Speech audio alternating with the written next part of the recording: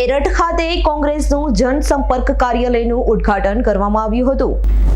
સુરત જિલ્લા કોંગ્રેસ સમિતિના પ્રમુખ અને માજી ધારાસભ્ય આનંદભાઈ ચૌધરી દ્વારા માંડવી બિરસા મુંડા સર્કલ ખાતે ભગવાન બિરસા મુંડાની પ્રતિમાને પુષ્પાંજલિ અર્પણ કરવામાં આવી હતી। ભગવાન બિરસા મુંડા સર્કલથી રેલી સ્વરૂપે ડીજેના સાથે એરઠ જનસંપર્ક કાર્યાલય ખાતે આવી પહોંચીને જેને ફટાકડા ફોડી સ્વાગત કરી એરઠ તાલુકા પ્રમુખ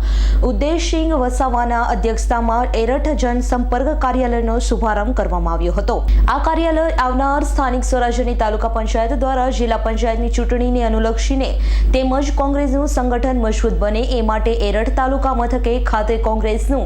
જનસંપર્ક કાર્યાલયનું ઉદ્ઘાટન આજરોજ એરઠ ખાતે જનસંપર્ક કાર્યાલય ઉદ્ઘાટન કરવામાં આવ્યું હતું। જેમાં કોંગ્રેસના મનહરભાઈ પટેલ, પિયુષકુમાર ચૌધરી, ભીમસિંહભાઈ તેમજ ઉત્તમભાઈ પરમાર તથા ઉપસ્થિત મહાનુભાવો દ્વારા ભારતીય જનતા પાર્ટી ઉપર આકરા પ્રહારો કરાયા હતા। આ કાર્યક્રમમાં એરઠ તાલુકા કોંગ્રેસ પ્રમુખ ઉદયસિંહ વસાવા, માંડવી તાલુકા પ્રમુખ સતીશભાઈ ચૌધરી તેમજ એરઠ તાલુકા મહામંત્રી મિતુલભાઈ ચૌધરી દ્વારા ગુજરાત પ્રદેશ, સુરત જિલ્લા તથા તાલુકાના હોદ્દેદારો, કાર્યકરો મોટી સંખ્યામાં ઉપસ્થિત રહ્યા હતા।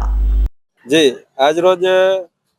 એરઠ તાલુકા નવનિર્મિત જે 2 ઓક્ટોબર 2025 ના રોજ સરકારશ્રી દ્વારા માંડવીમાંથી વિભાજિત થઈને એરઠ તાલુકાનું જે નવનિર્માણ થયું એ એરઠ તાલુકાના કાર્યાલયના ઉદ્ઘાટન પ્રસંગે તેમજ એરઠ તાલુકાની અંદર જે નવી ઉર્જા અને નવા યુવાઓ સાથે જોડે જે કોંગ્રેસ પાર્ટી આગળ વધી રહી છે અને જે કહેતા હતા કે કોંગ્રેસ પતી ગઈ છે, પણ યાદ રાખજો અને જોઈ લેજો કે ભૂતકાળમાં પણ ભવિષ્ય હતી, ભૂતકાળમાં પણ કોંગ્રેસ હતું અને ભવિષ્યમાં પણ કોંગ્રેસ જ છે। તેમજ આ જે યુવા શક્તિ ઊભી થઈ રહેલી છે તે કોઈક ને કોઈક પાર્ટી કે કોઈ વ્યક્તિ વિશેષ કે કોઈ નેતાની નારાજગીથી નથી, પરંતુ આ જે વ્યવસ્થાથી દબાયેલા, કચરાયેલા અને જે યુવાઓની જે પરિસ્થિતિ છે હાલમાં, જે નોકરી કરવા જાય છે કે કંપનીમાં રોજગારી માટે જાય છે, તેમનું શોષણ થાય છે, અત્યાચાર થાય છે અને ત્યારે જ્યારે અમે સૌ યુવાનો જેને અવાજ ઉઠાવીએ છીએ અને આ મંચ પરથી અમે આગળ પણ કીધું કે જે બની બેઠેલા નેતાઓ છે એમને પણ અમે એક વિનંતી કરીએ છીએ કે તમે કંપનીના માલિકો જોડે, એસોસિએશન જોડે તમે ચર્ચા કરી શકતા હોય તો ખરેખર એકવાર તમે કંપનીમાં જે કામ કરતા આપણા સમાજના, આપણા વિસ્તારના જે હપ્તા ભરીને જિંદગી જીવે છે એ યુવાનોને પણ પૂછજો અને મળજો કે લોકોને વેદના શું છે અને એનું કંપનીમાં શું શોષણ થાય છે। તેમજ જે યુવા પેઢી છે ખરેખર એક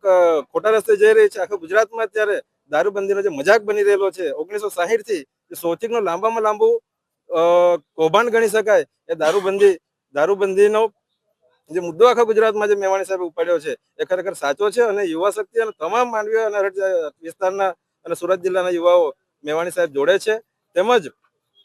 આ મુદ્દા પર જો સરકાર નક્કર પગલાં નહીં લે અને આ જે રેવન્યુની ઇન્કમ સીધી સરકારની તિજોરીમાં જમા થાય, નેતાઓ અને અધિકારીઓને સીધા જે ગજવામાં પૈસા જાય છે એને સરકારની તિજોરીમાં જમા કરવાનો કોઈ વૈકલ્પિક વ્યવસ્થા કરવામાં આવે, નહીં તો સમગ્ર ગુજરાતની અંદર યુવાઓ જાગી ગયેલા છે અને ભવિષ્યમાં ખૂબ મોટું આંદોલન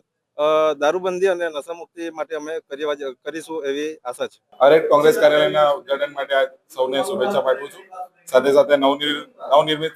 સૌ જિલ્લા પ્રમુખો, તાલુકા પ્રમુખો, યુથ કોંગ્રેસના એ બધાને હું શુભેચ્છા પાઠવું છું। જીતેન્દ્ર સોલંકીનો રિપોર્ટ, S9 ન્યૂઝ, માંડવી। અમારી તમામ માહિતીથી અપડેટ રહેવા માટે જોડાયેલા રહો S9 ન્યૂઝ સાથે।